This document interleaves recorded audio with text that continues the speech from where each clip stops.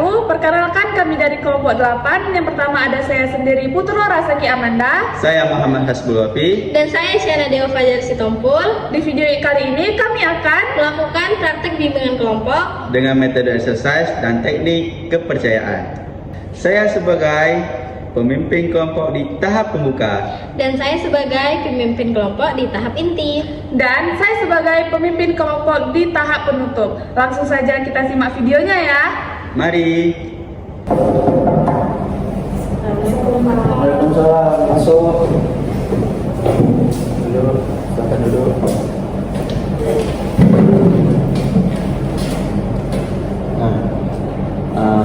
Selamat siang. Jadi saya berterima kasih kepada kalian. Saya turut bersenang kalau kalian mau ke sini. Jadi perkenalkan dulu, saya Muhammad Hasbulwafi, bisa kalian panggil Pak Hasbul. Jadi di sini kalian udah saling mengenal belum? Belum, Pak. Jadi coba di sini kalian perkenalkan diri sebaik mungkin.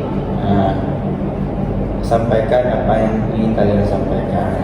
Perkenalkan Pak, nama saya Syana Dewa Fajar Sitompul, bisa dipanggil Nadia. Perkenalkan nama saya Putro Rasaki Amanda, biasa dipanggil Putro. Jadi Sanadia dan Putro. Jadi saya nih punya pertanyaan sederhana. Jadi kita ini kan akan melakukan layanan kelompok tentang kepercayaan diri. Nah, saya punya pertanyaan sederhana. Menurut kalian ini,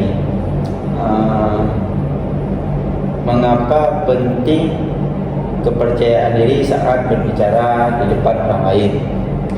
Mungkin supaya orang lain itu bisa ngerti apa yang kita sampaikan ya Pak. Ya, dengan kita berbicara dengan percaya diri, mungkin orang lain apa yang kita sampaikan akan lebih jelas dan orang lain akan mudah memahami apa yang kita sampaikan. Menurut Putro sendiri bagaimana? Kita perlu percaya diri agar orang-orang tidak ragu dengan apa yang kita sampaikan. Ya, betul. Dengan kita percaya diri juga, orang lain akan lebih percaya atau yakin bahwa yang kita sampaikan itu benar adanya. Dan pernah nggak sih kalian merasa kalau di depan umum saat berbicara itu gugup, gemetar, atau kadang-kadang susah untuk mikir atau kehilangan arah gitu? Kalau Nadia sendiri sering merasa gugup Pak, apalagi kalau ngomong di depan banyak orang atau nggak di depan kelas gitu, bahkan sampai gemetar gitu Pak. Ya Pak, saya juga kalau disuruh maju ke depan kelas juga rasanya pengen hilang aja Pak. Saya merasa saat saya maju, saya takut teman-teman di kelas menertawakan saya gitu. Ya, jadi kita semua merasakan posisi itu. Jadi yang bedanya sama orang-orang yang sudah melakukan pembicaraan di depan umum, itu bedanya orang itu setelah melakukan latihan atau mencari cara untuk mengatasi rasa takut itu. Nah, di sesi ini kita akan melakukan yaitu latihan agar ketika kita berbicara di depan orang lain kita menjadi percaya diri. Nah, saat kita percaya diri dengan berbicara dengan orang lain, mungkin itu akan membuat orang lain lebih mudah mengerti dan membuat orang lain akan yakin pada kita. Jadi tidak apa-apa di sesi ini bukan sesi ujian. Tidak ada benar dan salah. Jadi kalian tenang, di sesi ini kita akan belajar tentang cara ketika kita berbicara di depan orang lain kita akan percaya diri. Nah, di sini Ibu akan kasih latihan yang sederhana dulu ya. Yaitu pertama Putro. Ibu mau Putro itu ngomong tentang makanan kesukaan Putro. Langsung Bu. Iya Bu. Makanan kesukaan Putro ayam goreng Bu, karena rasanya enak dan bisa dimakan dengan nasi dan ditambah kentang goreng. Wah bagus Putro. Putro udah ngomongnya udah lebih lancar, tapi jangan terlalu terburu-buru dulu ya. Nah sekarang Hasbul, Ibu kasih topiknya hobi Hasbul itu apa? Jadi hobi saya itu membaca, karena ketika saya membaca di rumah itu perasaan saya lebih rileks. Baik, nah sekarang kita masuk ke latihan yang lebih menantang ya. Nah jadi di sini itu kita kalau berbicara itu tidak hanya dalam intinya aja, tetapi kita harus melakukan kontak mata dan bahasa tubuh. Nah sekarang Ibu minta Putro sama Hasbul tatap-tatapan sambil berbicara. Ya. Nih Hasbul, makanan kesukaan aku yang goreng. Ayam goreng, kamu juga suka ayam goreng? Iya. Ya kenapa kamu suka ayam goreng? Karena rasanya enak dan biasa aku makannya pakai nasi, apalagi kalau rasanya lebih enak kalau dicampur dengan kentang goreng. Kalau Jadi, kamu hobinya apa?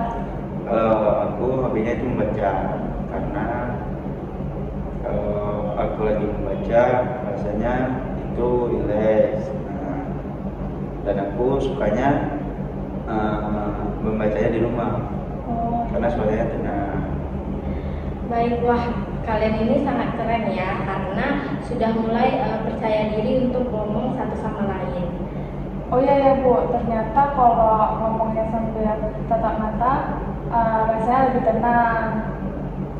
Nah, dan kalau kita ngomong sambil tatap mata, rasanya kita lebih percaya sama dia, apa yang dia katakan, dan lebih yakin. Selanjutnya Ibu minta kalian praktek blind crosswalk. Nah, jadi di sini tujuan prakteknya itu ada dua orang.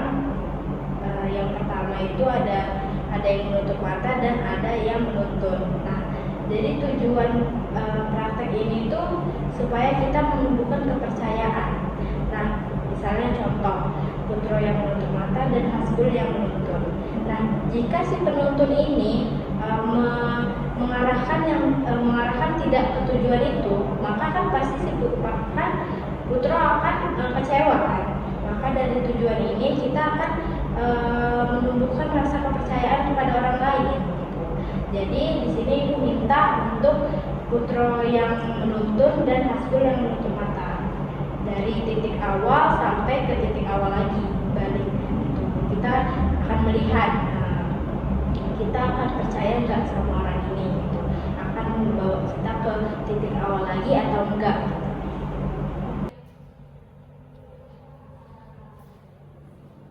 Agak kiri Hasbul, ada kursi. Oke, terima kasih Putro. Pas kursi Hasbul. Oke, terima kasih Putro. Belok ya.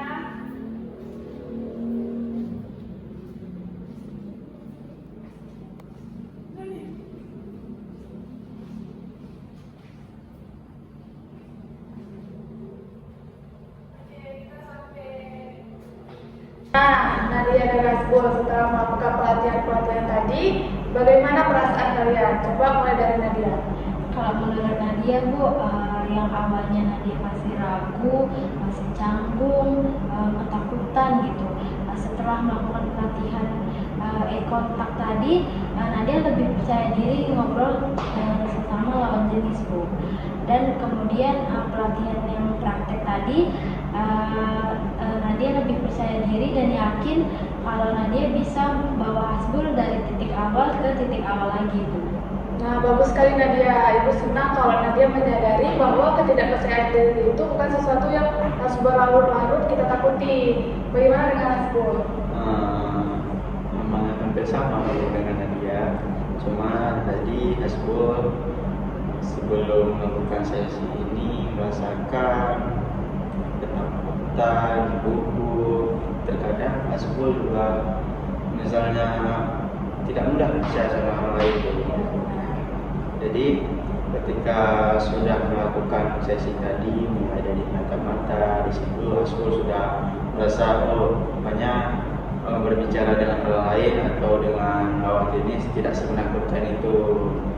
Nah, di sesi selanjutnya yang menuntun itu, jadi sesi itu Hasbul agak ragu sih Bu. Pertama, bahwa percaya nggak ya sama Nadia, bisa nggak Nadia bawa Hasbul ke dari titik awal ke titik awal. Nah, di situ awalnya ragu, takutnya di tengah-tengah jalan si Nadia mungkin nggak bilang kalau ada lubang atau apa-apa, ada kursi.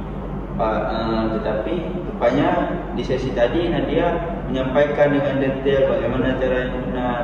Nah, mungkin kalau di sesi itu diterapkan untuk disabilitas, mungkin juga akan meningkatkan kepercayaan orang yang disabilitas itu. Benar sekali. Mungkin dengan teknik itu cukup saya percaya bahwa Nadia bakal jadi sahabat saya, Ibu. Senang dengan Hasbul. Sekarang Nadia dan Hasbul harus tahu kepercayaan diri itu seperti otot, semakin kuat, semakin kita melatih, semakin kuat. Sekarang mulai saat ini terapkan pelatihan-pelatihan tadi ke kehidupan sehari-hari. Nah, jadi untuk yang Ibu sampaikan hari ini, lalu bagaimana dengan orang yang sudah mampu berbicara di depan umum? Apakah lama durasi latihannya, Bu?